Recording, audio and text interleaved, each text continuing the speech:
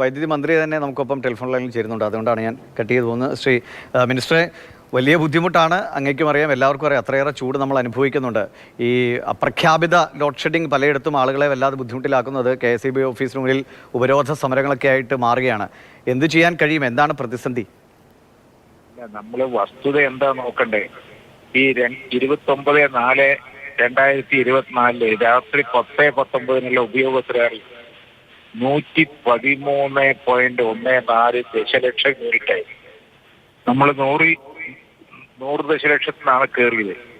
ഇപ്പൊ എത്രയാണ് ഉപയോഗം കൂടുതലെന്ന്? അപ്പൊ അത് കൂടുതൽ ഉണ്ടാകുമ്പോൾ ഉണ്ടാകുന്ന പ്രശ്നങ്ങളാണ്.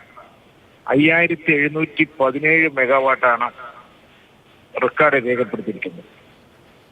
അപ്പൊ ഇതെന്തറിയോ, നമ്മളെല്ലാവരും ഒരു AC ഒക്കെ 10 മടങ്ങാണ് കൂടുതൽ വിറ്റുപോയിരിക്കുന്നത്. ഇതൊക്കെ ഒന്നിച്ചു വരികയാണ്. ഇപ്പോൾ 11 kV ഫീഡർ സബ്സ്റ്റേഷൻ ഓവർലോഡ് ആകുമ്പോൾ ഡ്രിപ്പ് ആകുകയാണ്.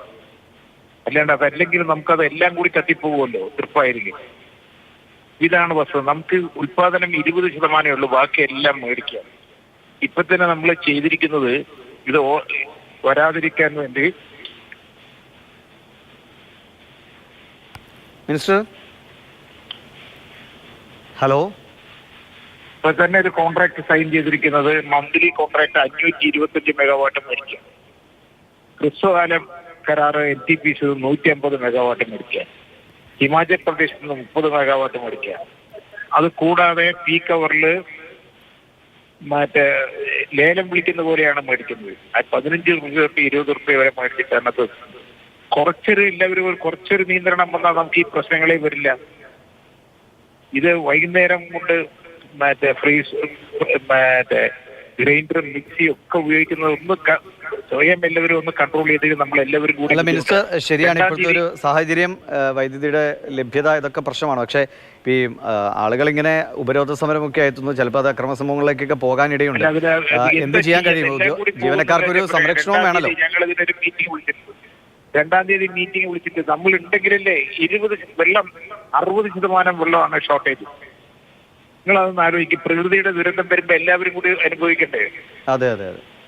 60% 20% പോലും വെള്ളമില്ല. നമ്മളിത് എങ്ങനെ കൊണ്ടുപോകും? ഇതെല്ലാവരും അതിന്റെ ദുഃഖം എല്ലാവരും അനുഭവിക്കേണ്ടതല്ലേ? അല്ല, ഈ അങ്ങനെയാണെങ്കിൽ ഈ ചെറിയൊരു മുന്നറിയിപ്പുകളൊക്കെ നൽകി ചെറിയ തോതിൽ ഒരു അരമണിക്കൂറൊക്കെ വീതം ലോഡ് ഷെഡിംഗ് ഒക്കെ വെച്ചാൽ പരിഹരിക്കാവുന്നതാണോ ഈ കൂടുതൽ സമയത്തെ പ്രശ്നം? 2-ാം തീയതി ആയിട്ട് വേണ്ടി പവർ സിറ്റുവേഷനെ കുറിച്ച് ചെയർമാൻ ഉൾപ്പെടെയുള്ളവരുടെ മീറ്റിംഗ് വിളിച്ചിട്ട് 2-ാം തീയതി അന്ന് അവിടെ വെച്ചിട്ട് എന്ത് വേണമെന്നുള്ളത് തീരുമാനിക്കാം കേട്ടോ. അല്ല മിസ്റ്റർ, ഒറ്റ കാര്യം, ഈ ഓഫീസിലേക്ക് ഫോൺ വിളിക്കുമ്പോൾ ഇതാ ഒരു അരമണിക്കൂറിനായി ശരിയാകും, 1 മണിക്കൂറിനായി ശരിയാകും എന്നുള്ള ഒരു ഉത്തരം കേട്ടാൽ നാട്ടുകാർക്ക് കുറച്ച് സമാധാനമാണ്. അപ്പൊ ഒന്ന് ഫോൺ എടുക്കാൻ ഒരു നിർദ്ദേശം കൊടുക്കാമോ? അതൊക്കെ കൊടുത്തിട്ടുണ്ട്. 19-12 വിളിക്കാനുള്ള ഏർപ്പാട് ചെയ്തിട്ട്. പക്ഷെ ഇത് എന്താ അറിയോ, അവരുടെ കയ്യേറ്റം ചെയ്യുന്നതൊക്കെ എത്തിപ്പോ അവര് പേടിക്കുകയാണ് ഇപ്പോഴേ. ഉദ്യോഗസ്ഥന്മാരെ അവരുടെ കയ്യേറ്റം ചെയ്യലും ഇതൊക്കെ വരുമ്പോ അവരും നമ്മളെ പോലെയുള്ള ആളുകളല്ല. മിനിസ്റ്റർ, ഒറ്റ കാര്യം, ഇപ്പൊ നേരത്തെ ഞങ്ങളുടെ കൊച്ചി പ്രതിനിധി പറഞ്ഞത് അവിടെ മേലുദ്യോഗസ്ഥരുടെ നമ്പർ ചോദിച്ചപ്പോൾ തെറ്റായ നമ്പർ കൊടുത്തു എന്നതാണ്. അങ്ങനെയൊന്നും ചെയ്യരുതല്ലോ. ചിലവരാണ് 19-12 ചെയർമാനെ വിളിക്കാനോ? നമുക്ക് ചെയർമാനെ വിളിച്ചിട്ടൊന്ന് സംസാരിച്ചു നോക്കേ, അല്ലെങ്കിൽ ഡയറക്ടർമാരെ വിളിക്കാം. അത് കഴിഞ്ഞിട്ട് കംപ്ലൈന്റ് കൊടുത്ത ശേഷം കോപ്പി ഇങ്ങോട്ട് അയച്ചേരി ഞാൻ കൊണ്ടോടാം കേട്ടോ. ശരി ശരി ശരി.